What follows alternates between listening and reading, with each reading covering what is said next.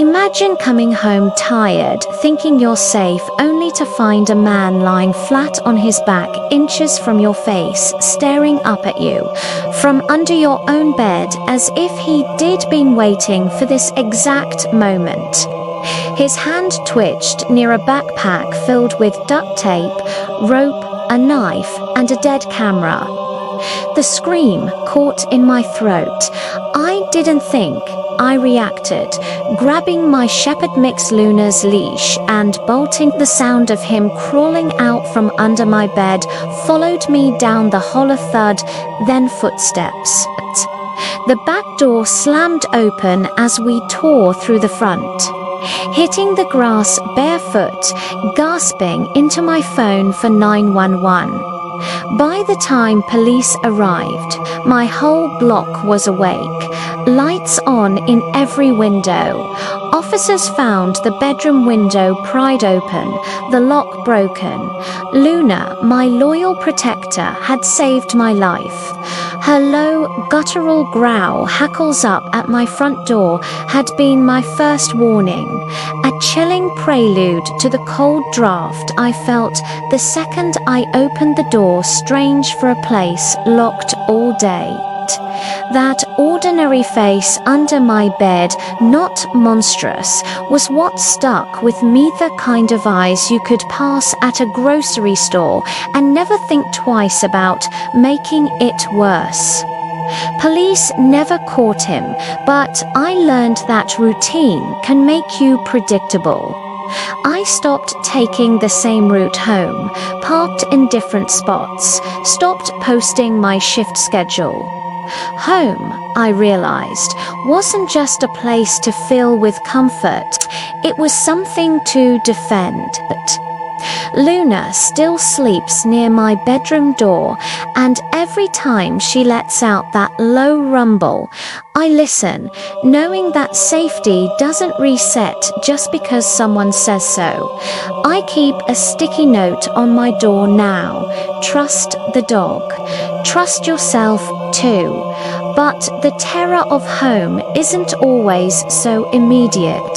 Sometimes it starts subtle, a whisper of wrongness that grows into a scream, like the night I, a creature of habit, decided to unwind with a shower concert after a long day at the art studio, music blasting, steam rising, the world drowned out. Then a brush against my shoulder, the shower curtain. I dismissed it. Physics, relax. But it happened again, a distinct movement from behind the curtain. Silence descended as I killed the water. Drips echoed. Not creepy at all, I joked, peering over nothing. But when I resumed, a new hyper-awareness settled in. I glanced down. The curtain wasn't fully closed. It hung slightly outward, as if someone had pulled it to peek. Heart pounding, I slowly pulled it back. Empty. But the fear had taken root. Stepping out, towel clutched tight, I grabbed my phone for a flashlight. That's when I saw it. My bedroom window, half open. I never opened that window. The lock was stiff, untouched for weeks. My towel felt useless. As I backed away, a chilling sound sliced through the silence. The distinct squeak of my apartment's metal stairs, the second one from the top. Slow, deliberate steps, climbing to my door. They stopped. Silence, a heavy, palpable waiting. My finger hovered over 911. No neighbor stands still in silence at midnight. Before I could decide, the shadow under the door shifted, receding. The creak of steps, this time descending. I secured every lock, every latch, pulled the blinds tight, but sleep was impossible. Police were kind but neutral, confirming the loose lock. You'd be surprised how many people just test handles. An officer said that phrase became a haunting mantra. It wasn't just my imagination. Someone had been there testing my sanctuary. Sometimes the invasion isn't physical, but digital, an unseen eye watching from within your own walls. I loved working remotely in my Seattle apartment, my world, my sanctuary, until the night my laptop camera flickered. A quick green LED flash, then gone. Chrome's being weird, I thought. But it blinked again the next night, a silent wink in the dark. No apps open, all permissions blocked. Still, it crawled under my skin. The next afternoon, a new nameless folder appeared on my desktop. Timestamp 3:42 a.m. I hadn't been awake. Inside 9 grainy video clips. My breath hitched. It was me asleep in bed, recorded from my desk. The latest clip was from just last night. I unplugged everything, called Ben, my cybersecurity friend.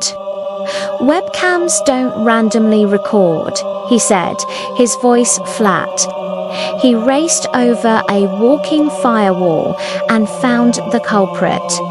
A seemingly innocuous Chrome plugin quietly updated with hidden code for remote webcam access. They weren't streaming, just sampling, capturing short bursts. The terrifying part, they just wanted to know they could see you. The feeling of being observed clung to me even with a new laptop, its webcam taped over. Then, a message on my monitor, cute plant, smile face. My heart stopped. No one had been over. I'd joked about my pathos on a call. Someone had been watching long enough to get the joke. Ben found the remote server, confirmed the videos uploaded and deleted. Deleted locally, yes, but they existed somewhere in a corner of the internet that never forgets. I moved apartments, changed everything, but the damage was done. The hum of the fridge sounded like a recorder, the router's light an observing eye. Months later, a familiar green light flickered on my new webcam. Firewall alert. Process attempting camera access. Blocked. A trusted app. Maybe it was nothing. Or maybe I learned every camera is a door, and I'm not the only one holding the key. And then there are the moments when the elements themselves seem to conspire against your sense of safety, when a familiar comfort turns into a chilling vulnerability. I used to love thunderstorms, the cozy isolation of rain tapping windows, lightning painting the curtains. My apartment felt sealed safe. One stormy night, working late, my lamp cast a soft glow, my tea cooled.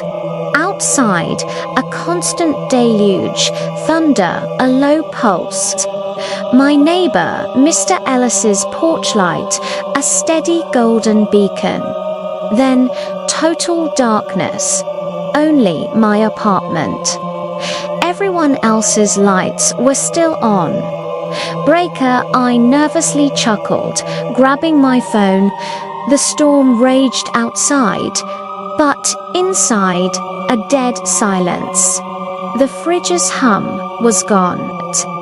The breaker box was in the basement, a narrow, damp space I disliked, but had navigated countless times. But tonight, it was different. The air was thick, heavy, as if someone else had already been breathing it. My light caught the basement door open. It was always latched, a tiny hook and die lock. Wind, I rationalized, even as I knew wind couldn't unlatch metal. Pushing it wider, I called hello. Nothing but the rain's muted hiss.